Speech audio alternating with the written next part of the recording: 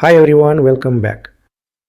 In this video, we are going to learn the most important Hibernate interview questions and answers for beginners and mid-level developers. Let's get started. What is ORM? ORM stands for Object Relational Mapping. It is a technique that maps Java objects to database tables. Instead of writing SQL queries manually, ORM tools take care of converting your Java objects into SQL commands and executing them. This means you work with objects in Java and your ORM handles the communication with the relational database. ORM helps reduce boilerplate JDBC code, improves productivity, and keeps your business logic clean and object-oriented. Next, what is Java Persistence API or JPA? JPA is a specification provided by Java for managing relational data using Java objects. It defines standards like how to map objects to tables, how to perform CRUD operations, and how to manage persistence. JPA itself is not a framework, it is only a set of rules and interfaces. You need a JPA provider to implement these rules. Examples include Hibernate, Eclipse Link, and OpenJPA. Hibernate is the most popular JPA implementation used in enterprise applications. Next, what is the Hibernate framework? Hibernate is an open source ORM framework that implements the JPA specification. It helps you map Java classes to database tables without writing SQL queries manually. Hibernate automates CRUD operations, manages transactions, handles caching, and provides a powerful query language called HQL. Hibernate improves productivity, reduces database-related code, and allows your application to be database independent. Next, how does Hibernate relate to JDBC? Hibernate internally uses JDBC to interact with the database. When you perform a save or update operation using Hibernate, it translates your object operations into SQL queries, and those queries are executed with JDBC underneath. Hibernate simplifies JDBC by eliminating repetitive code such as creating connections, preparing statements, handling result sets, and closing resources. You still use JDBC indirectly, but Hibernate manages everything for you. Next, explain the Hibernate architecture. Hibernate's architecture consists of several key components working together. The first component is the session factory. It is created once for the entire application and holds all metadata related to your database and entities. The second component is the session. It represents a single unit of work and acts like a connection to the database. Then we have the transaction object, which manages commit and rollback operations. Hibernate also contains a query interface for executing HQL or native SQL, and it includes a caching layer with first level cache and optional second level cache. Finally, Hibernate relies on JDBC and the database driver at the lowest level to execute the SQL commands it generates. This layered architecture helps separate business logic from persistence logic and provides flexibility, caching, and automatic SQL handling. Next, what is Hibernate SessionFactory and how do you configure it? SessionFactory is one of the most important components in Hibernate. It is created once at application startup and holds all metadata, mappings, database connection settings, and connection pools. You configure SessionFactory using hibernate.cfg.xml, programmatically using configuration class, or through frameworks like Spring Boot. Once created, SessionFactory remains in memory until the application shuts down. All sessions are created from this SessionFactory. After this question, interview may ask, is Hibernate SessionFactory thread safe? The answer is yes. SessionFactory is fully thread safe. You can safely use a single SessionFactory instance across multiple threads in your application. Because it is heavy, it should be created only once. Next, what is Hibernate Session and how do you get it? A Hibernate session is a lightweight object that represents a single unit of work with the database. You use a session to perform CRUD operations, run queries, and manage transactions. A session is similar to a database connection, but it also includes features like first-level caching. You can obtain a session from the Session Factory by calling openSession or getCurrentSession. openSession creates a new session each time. getCurrentSession returns a session bound to the current thread, usually within a transaction. Next, you may get the related question like, is Hibernate Session thread safe? The answer is no, Hibernate Session is not thread safe. You should never share a session between threads. Each thread should use its own session instance. This design prevents inconsistent data and avoids concurrency issues. Next, what is the difference between openSession and getCurrentSession? openSession always creates a new session every time you call it. It is not managed by Hibernate's internal session context. It also requires you to close the session manually after use. getCurrentSession returns a session that is tied to the current transaction. You don't need to close it manually because Hibernate automatically closes it when the transaction ends. In real applications, especially when using Spring, getCurrentSession is preferred because it works well with transaction management. Next, explain the Hibernate transaction interface. The Hibernate transaction interface represents a unit of work. It allows you to begin, commit, or roll back a sequence of database operations. When you start a transaction, Hibernate ensures that a group of operations executes reliably and consistently. If any error occurs during the execution, the transaction can be rolled back to keep your data safe and consistent. Transactions are essential because they protect data integrity when working with relational databases. Next, what are the possible ways to configure object-to-table mapping? Hibernate supports three main ways to map objects to tables.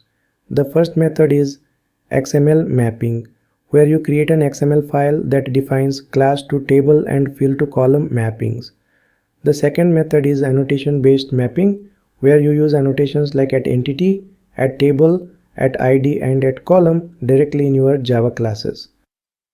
The third method is using JPA annotations, which are similar but follow the JPA standard. Today, annotation-based configuration is the most commonly used method because it keeps configuration close to the code and is easy to maintain. Next, what is required for a Java object to become a Hibernate entity? A Hibernate entity must be a simple POJO class. It must have a default no-argument constructor so that Hibernate can create objects when loading data. It must have a primary key field annotated with @id. It should not be final, and the fields should be accessible directly or through getters and setters. Hibernate uses reflection to create objects, so these basic requirements must be followed. Next, you may get the related question: why should we not make an entity class final? Well, Hibernate creates proxy classes at runtime for features like lazy loading.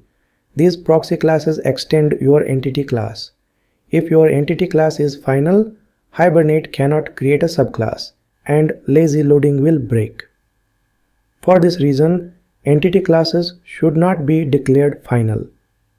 Next, what are the different states of a Hibernate entity? An entity goes through the multiple states during its lifecycle. The first state is the transient state, where the object exists in memory but is not associated with a Hibernate session. The second is the persistent state, where the object is managed by the session and synchronized with the database. The third is the detached state, where the session is closed or the object is removed from the session context. Understanding these states helps you manage object identity and lifecycle correctly in Hibernate applications. Next, explain Hibernate and JPA primary key generation strategies. Hibernate and JPA support several ways to generate primary keys. The identity strategy lets the database generate the key using auto-increment columns. The sequence strategy uses database sequences and is common in Oracle and PostgreSQL. The table strategy uses a dedicated table to generate unique keys. Auto lets Hibernate choose the best strategy based on the database dialect. These strategies make key generation consistent and database independent. Next, what is HQL and what are its benefits? HQL stands for Hibernate Query Language. It is an object-oriented query language. Instead of writing SQL that works on tables and columns, HQL lets you write queries using entity classes and their fields. HQL is portable across different databases because Hibernate converts HQL into the correct SQL dialect for your database. It also supports joins, pagination, ordering, grouping, and bulk updates. Using HQL makes code cleaner and easier to maintain compared to raw SQL. Next, what is a named query in Hibernate? A named query is a predefined query that you declare once in your entity class using annotations or XML. You give it a name, and later you can execute the query anywhere in your application by using the name. Named queries help improve performance because Hibernate preparses and caches them. They also make the code cleaner and prevent hard-coding query strings throughout the project. Next, what are the benefits of named SQL query? Named SQL queries allow you to write raw SQL and still preload and cache the query for reuse. This is helpful when you need complex database-specific SQL that cannot be written in HQL. The benefits include better performance, reusability, centralized query management, and easier optimization. You can also map the SQL results directly to entity classes. Next, what is cascading and what are the different types? Cascading means that when you perform an operation on a parent entity, Hibernate automatically performs the same operation on the associated child entities. For example, when you save a parent object, Hibernate can automatically save its child objects. Common cascade types include persist, merge, remove, refresh, detach, and all. Cascading makes relationship management easier and prevents manual handling of child entities. Next, which types of relationships are available in Hibernate mapping?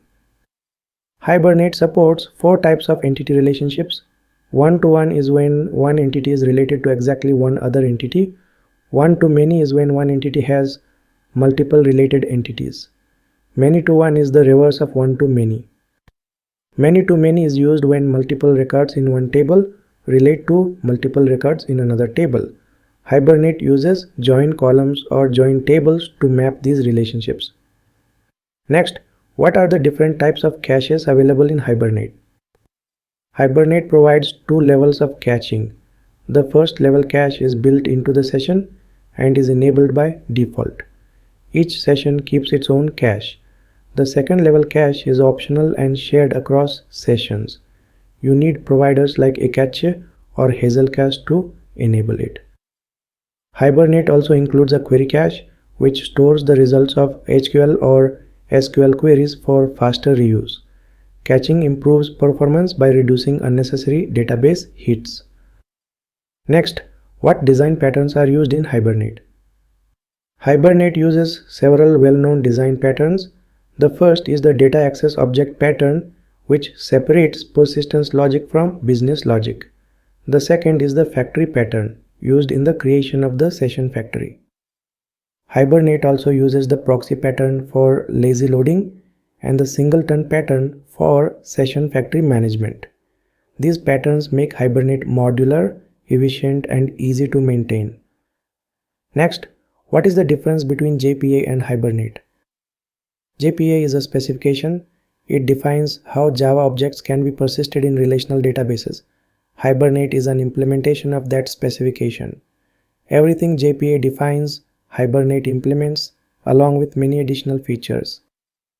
JPA gives you portability because you can switch providers. Hibernate gives you a complete ORM solution with advanced features like caching, HQL, and better performance optimizations. These are the frequently asked interview questions on Hibernate framework. Thanks for watching and I'll see you in the next video.